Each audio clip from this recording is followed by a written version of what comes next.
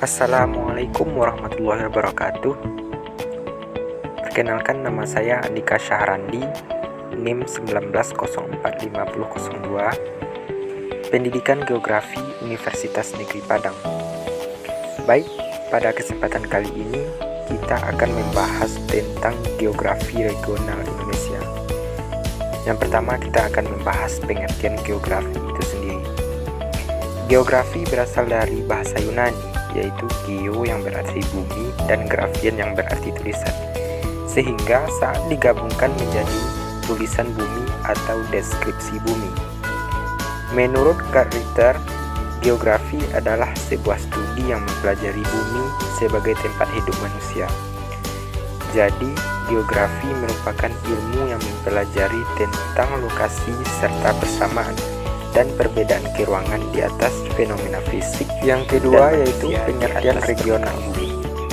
Menurut Dickinson, dalam Sama Atmaja tahun 1988, suatu region adalah suatu kompleks keruangan atau kompleks teritorial yang terdiri dari penyebaran gejala-gejala yang berbeda sesamanya, yang mengungkapkan suatu keseluruhan aspek tertentu sebagai ruang geografi. Jadi, region adalah suatu wilayah yang memiliki ciri-ciri keseragaman gejala internal atau internal uniformity atau fungsi yang membedakan wilayah tersebut dengan wilayah lain. Ciri-ciri keseragaman tersebut dapat berupa kenampakan sosial maupun kenampakan fisik.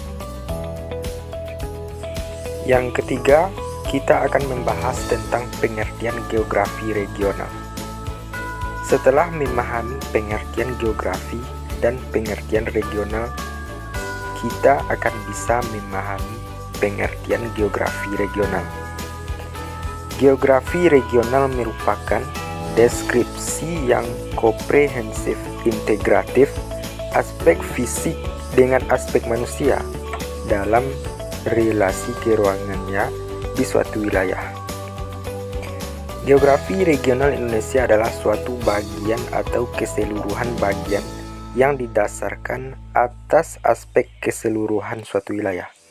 Dapat pula dikatakan bahwa geografi regional sebagai suatu studi tentang variasi penyebaran gejala dalam ruang pada suatu wilayah tertentu, baik lokal, negara, maupun kontinental. Pada geografi regional, seluruh aspek dan gejala geografi ditinjau dan dideskripsikan secara bertautan dalam hubungan integrasi, interrelasi keruangannya. Melalui interpretasi dan analisa geografis regional ini, karakteristik suatu wilayah yang khas dapat ditonjolkan, sehingga perbedaan antar wilayah menjadi kelihatan jelas. Menurut Sama Atmaja tahun 1988. Yang keempat, tujuan dan kegunaan geografi regional.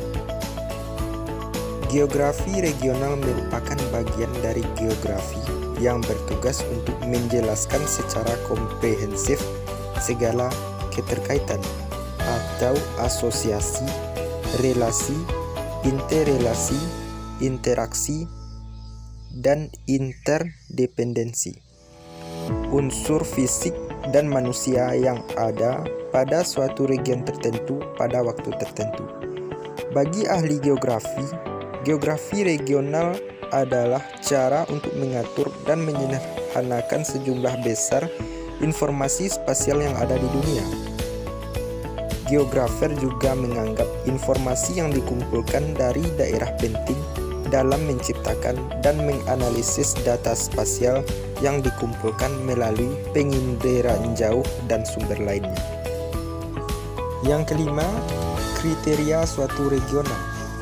Suatu region memiliki ciri-ciri keseragaman gejala internal atau internal uniformity atau fungsi yang membedakan wilayah tersebut dengan wilayah lain. Ciri-ciri keseragaman tersebut dapat berupa kenampakan sosial maupun kenampakan fisik. Kenampakan sosial antara lain berupa kegiatan perekonomian atau mata pencaharian, bentuk pemerintahan, bentuk kebudayaan, atau kenampakan fisik yang dapat berupa keseragaman iklim, kesamaan topografi atau dataran, pegunungan, lembah, dan lain-lain, kesamaan lokasi geografis, dan lain-lainnya. Yang keenam, pendekatan dalam pengkajian regional. Untuk melakukan regionalisasi suatu bagian permukaan bumi dapat dilakukan dengan berbagai macam cara, yakni dengan menggunakan aspek tertentu yang dimiliki secara bersama-sama oleh bagian-bagian permukaan bumi tersebut, sehingga antar bagian permukaan bumi tersebut menjadi relatif homogen. Secara umum, regionalisasi bagian-bagian permukaan bumi ini dapat dilakukan dengan menggunakan 4 dasar, yakni river basin, similarity, functionality, dan ad hoc. Sementara dalam ilmu wilayah dikenal beberapa paradigma wilayah yang dapat digunakan untuk pewilayahan dan dapat dijadikan dasar bagi pengaturan dalam Undang-Undang Penataan Ruang, yakni daerah aliran sungai, wilayah homogen, wilayah nodal, wilayah metropolitan, wilayah pengelolaan, menurut Sondiamar dalam Jacob Riis tahun 2004. Yang ketujuh, kita akan membahas pembagian muka bumi berdasarkan jenjang hierarkinya beserta contoh. Yang pertama, kita akan membahas unsur fisis bumi. Unsur fisis bumi terdiri dari iklim, relief, curah hujan, vegetasi, dan hewan, serta luas dan bentuk benua. Yang kedua, unsur manusia. Unsur manusia membahas tentang bagaimana kondisi masyarakat yang ada di dunia bagian barat dan timur, utara dan selatan, serta sektor agraris dan industri, dan membahas juga tentang negara maju dan negara berkembang. Yang ketiga, interaksi faktor fisis dengan faktor manusia, membahas tentang politik dan administrasi, daerah pertanian, daerah industri, wilayah pertahanan, dan zona ekonomi. Yang keempat, interrelasi dan interpendensi.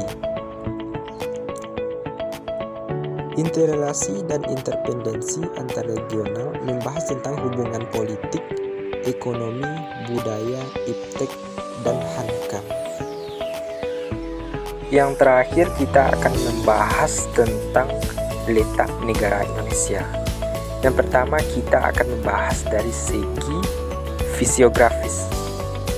Letak fisiografis Indonesia bisa kita kategorikan dari letak astronomis, geologis, klimatologis, dan maritim.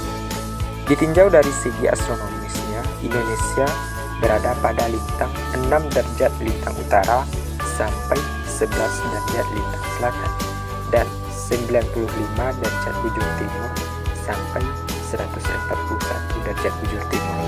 Dari segi geologisnya, Indonesia terletak di antara 2 benua dan 2 samudra, benua Asia dan benua Australia, Samudra Pasifik, dan Samudra Hindia.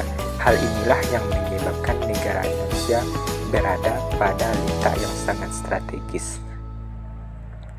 Jika ditinjau dari segi iklim, negara Indonesia berada pada daerah tropis. Hal ini menyebabkan negara Indonesia mendapatkan sinar matahari yang merata sepanjang tahunnya. Dan dari segi maritim, Indonesia memiliki daerah laut yang lebih luas daripada daratan. Perbandingan antara luas laut dengan daratan Indonesia yaitu 1:3, dan Indonesia memiliki kekayaan laut yang sangat melimpah. Yang kedua, kita akan membahas dari letak segi politis, ekonomis, strategis, dan kulturalnya. Rata-rata mata pencaharian manusia yang ada di Indonesia bergerak dalam segi agraris dan nelayan. dan memiliki kebudayaan yang beragam. Kemudian batas darat dan laut Indonesia. Sebelah utara berbatasan dengan benua Asia. Lebih jelasnya, Indonesia juga berbatasan dengan Selat Malaka, Laut Andaman, Samudra Pasifik, Laut Cina Selatan, dan Malaysia bagian timur. Sebelah selatan berbatasan dengan benua Australia. Lebih jelasnya, Indonesia juga berbatasan dengan Samudra Hindia, Laut Timur, dan Laut Arafuru.